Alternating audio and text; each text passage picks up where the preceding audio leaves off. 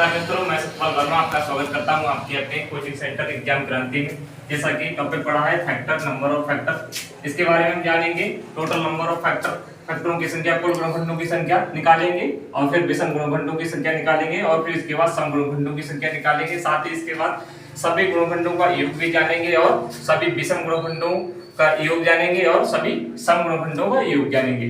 देखिए, number of factor निकालने के लिए सबसे पहले हमें क्या करना होगा, 200 को अभाज्य गुणनखंडों में तोड़ना होगा। 200 को अभाज्य गुणनखंड में कैसे तोड़ेंगे, देखिए सबसे पहले हम इसे 2 से काटेंगे, 100 आ जाएंगे। फिर इसे हम 2 से काटेंगे, 50 आ जाएंगे यहाँ पर। फिर हम 2 से काटेंगे, 25 आ जाएंगे।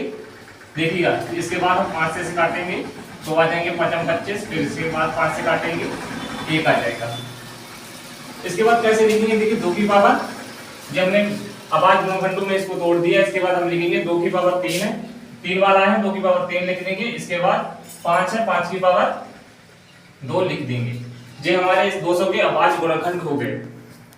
अब कुल गुणनखंडों की संख्या निकालेंगे तो कैसे निकालेंगे, कुल गुणनखंड की संख्या निकालने के लिए 2 की पावर जितनी है उसे 1 बढ़ाकर, पावर को 1 बढ़ाकर गुणा करते हैं। इसमें देखिए 2 है तो इसकी 2 को 1 बढ़ाकर, 3 है इसमें 3 4 हो जाएंगे 4, और इसकी 5 की पावर 2 है तो इसमें 1 बढ़ाकर 3 हो जाएंगे। टोटल फैक्टर हमारे निकल जाएंगे 4 3 12। अगर बात करें 12 कौन कौन से फैक्टर हैं, इसके बारे में अगर जानकारी लेनी है तो उसके बारे में बता सकते हैं। जैसे कौन कौन से हो जाएंगे, 1 हो जाएंगे 200 का, 1 हो जाएगा, फिर 2 हो जाएंगे, फिर 4 हो जाएंगे हमारे, 5वां हो जाएगा, 5 हो जाएगा, फिर 8 हो जाएगा, 10 हो जाएगा, 10 के बाद 15 20 हो जाएगा, 20 के बाद 25 हो जाएगा, 25 के बाद हमारा हो जाएगा, 25 के बाद 50 हो जाएगा, 50 के बाद 100 हो जाएगा, 100 के बाद 200 हो जाएगा। देखिए काउंट कीजिए, 12 हो गए, 1 2 3 4 5 6 7 8 9 10 11। इसमें एक छूट गया, देखिए कौन सा छूटा है, कौन सा छूटा है यार, ध्यान से देखिए।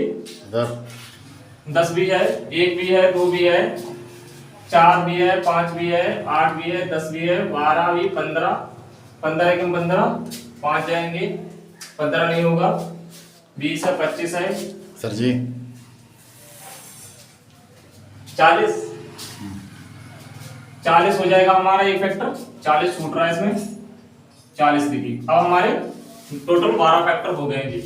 इसके बाद अब अगर हम विषम गुणनखंड निकालने की बात करें तो विषम गुणनखंड कैसे निकालेंगे, विषम गुणनखंड निकालने के लिए हम विषम संख्या लेंगे, विषम की पावर 2 है, 5 की पावर कितनी 2 है तो 1 बढ़ाकर गुणा करेंगे इसमें, तो इसके बाद विषम कोई दूसरा नहीं है तो हमारा 3 ही हो जाएगा। और सम फैक्टर की बात करें तो सम फैक्टर कैसे निकालेंगे, टोटल नंबर ऑफ फैक्टर में से विषम फैक्टर घटा देंगे तो हमारा आ जाएगा सम फैक्टर आ जाएगा। जैसे टोटल नंबर ऑफ फैक्टर हमारे 12 है, 12 में से अगर 3 घटाएंगे तो हमारे टोटल नंबर सम गुणनखंडों की संख्या आ जाएगी, वो होगी 9। इसके बाद सभी गुणनखंडों का योग निकालेंगे, कैसे निकालेंगे देखिएगा जरा। 2 की पावर, सबसे पहले 2 की पावर 0 में इसे लिखेंगे, फिर इसे 2 की पावर 1 लिखेंगे, फिर इसे 2 की पावर 2 लिखेंगे, फिर इसे 2 की पावर 3 लिखेंगे और फिर 5 को लिखेंगे 5 की पावर 0 प्लस 5 की पावर 1 प्लस 5 की पावर 2 और इनकी गुणा कराएंगे। 0 की मान 1 हो जाएगा, फिर 2 की पावर 1 का मान 2 हो जाएगा, फिर 2 की पावर 2 का मान 4 हो जाएगा, फिर 2 की पावर माफी जाएंगे 2 की पावर 3 आएगा, 2 की पावर 3 का मान हो जाएगा 8।